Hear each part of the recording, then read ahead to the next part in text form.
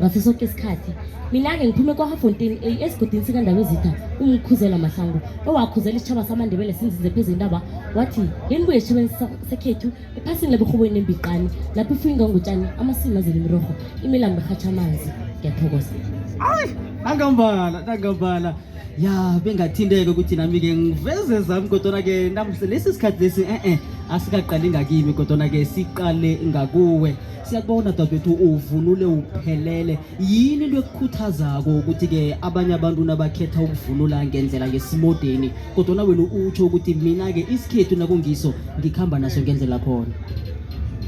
Okungikarakhulu kukobana ngisisemntwana osadzimelele emasisweni, umntwana ozikhakhazisako ngesiko lakhe.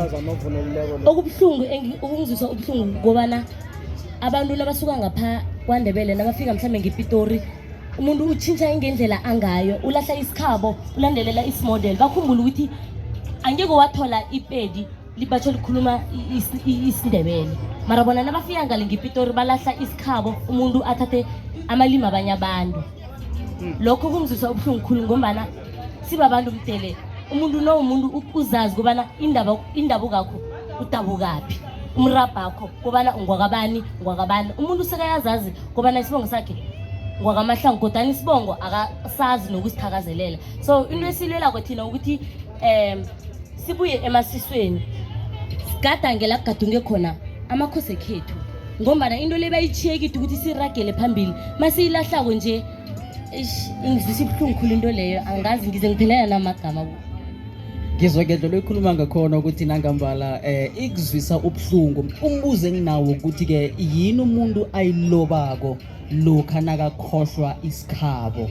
Kuyini lento le ayilobako engathanathana byakakhambisana nesikhabo ngabe usayiphethe uyimumethe?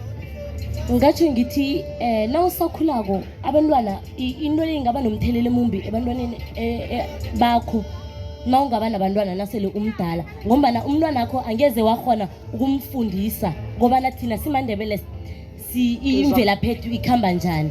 So into le eshimhathi yazina ngazi ukuthi ivale bra.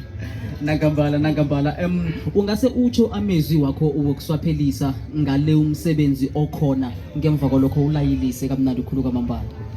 Ngokuswaphelisa ngithi ayihlome ihlasele maNdebele. Ngibawa sihlanganeni Mementos Lifestyle sizela naso gidinga ngumnyanya